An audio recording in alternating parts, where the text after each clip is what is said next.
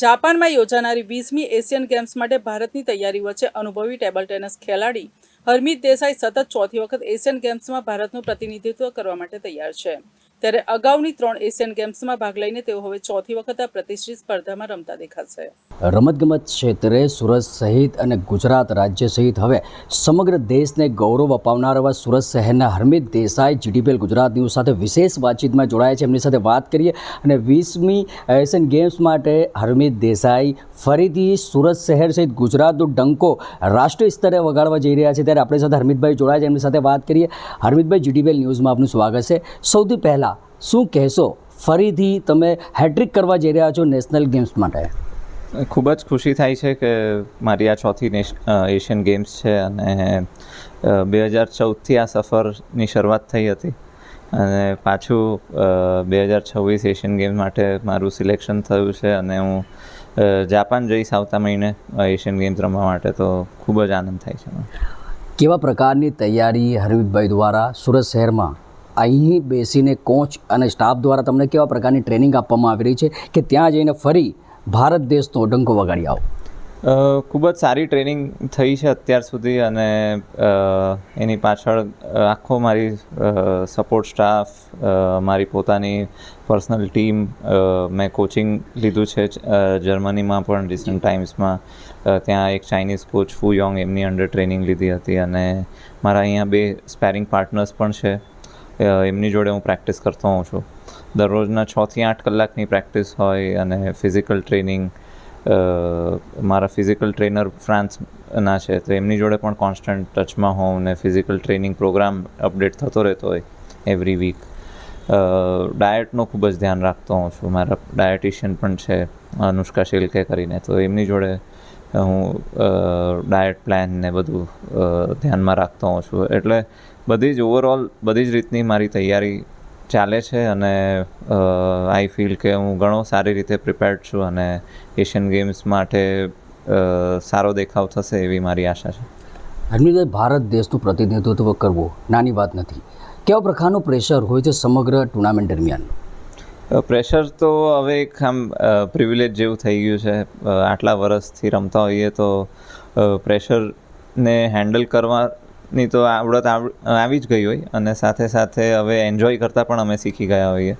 એટલે ખૂબ જ સારું લાગે. આ રીતનું એક રિસ્પોન્સિબિલિટી મળે અને ઇન્ડિયા માટે રમવું, એ જેમ તમે કીધું તેમ કે બધાની આ મોકો નથી મળતો હતો. તો ખૂબ જ પોતાને ભાગ્યશાળી માનું છું કે આવો અવસર મને ચોથી વખત એશિયન ગેમ્સ રમવાનો મળે છે અને હું મારી આખી બધો જ પ્રયત્ન કરીશ અને ટ્રાય કરીશ કે ઇન્ડિયા માટે હું પાછો મેડલ લાવી શકું. વિશ્વના દિગ્ગજ ખેલાડીઓ આમાં તમારી સાથે સામેલ થવાના છે. કેવા પ્રકારનું પ્રેશર અને કેવા પ્રકારની તૈયારીઓ ખાસ તौर પર કરવામાં આવી?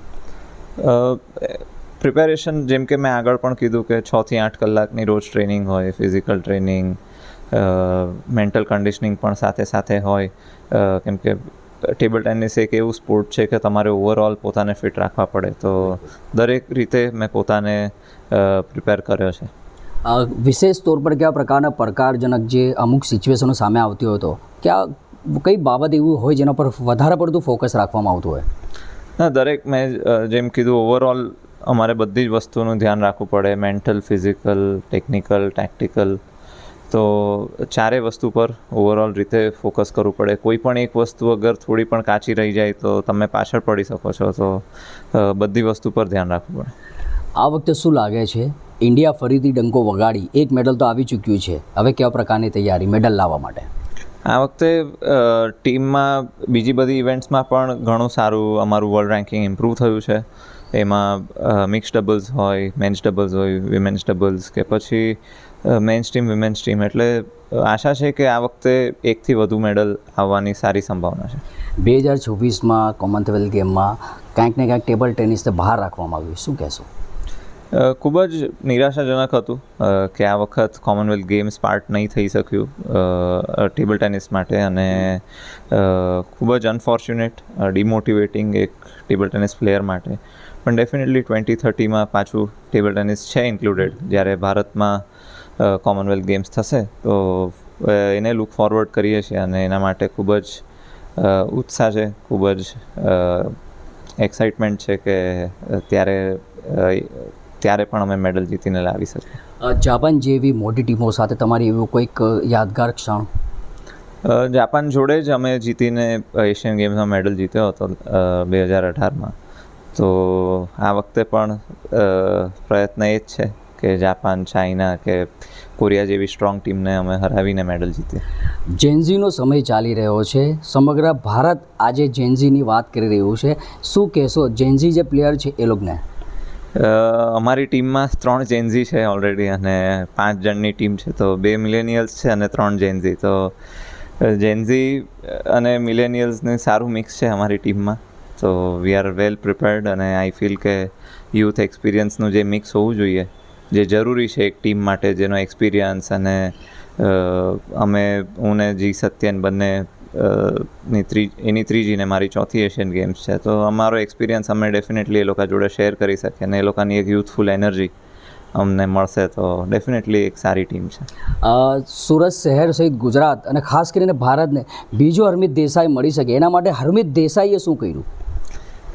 સતત મહેનત કરી, ઘણા વર્ષથી લાગી રહ્યો મારા ડ્રીમ પાછળ અને પેશન પાછળ. તો કોઈ પણ અગર કોઈ બી ફિલ્ડમાં આગળ વધવા માંગતું હોય તો ડિસિપ્લિન, ડેડિકેશનથી રોજ મહેનત કરતું રહે અને લોટ ઓફ પેશન્સ પણ જોઈએ, કેમ કે ઘણીવાર રિઝલ્ટ તરત નથી મળતું. એટલે ઘણો ટાઈમ લાગી પણ જાય છે, પણ ડેફિનેટલી એકના એક દિવસે તમારી બધી મહેનત નું ફળ મળશે અને તમે જે પણ સેક્રિફાઈસીસ કર્યા છે એ તમારું ડ્રીમ અચીવ થશે.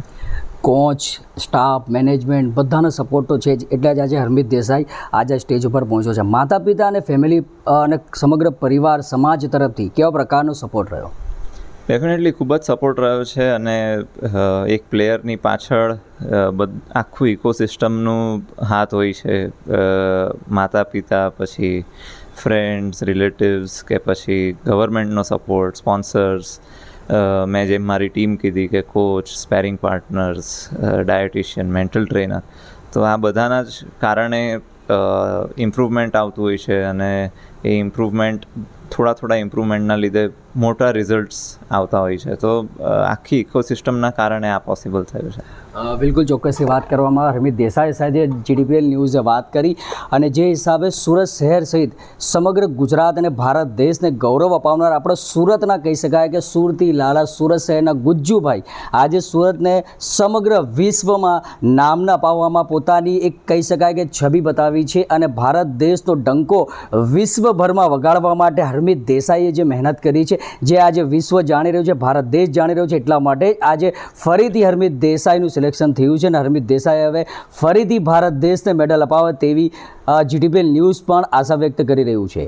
કેમેરા પર્સન નમાઝ ખાન સાથે ઇજાઝ શેખ, સુરત.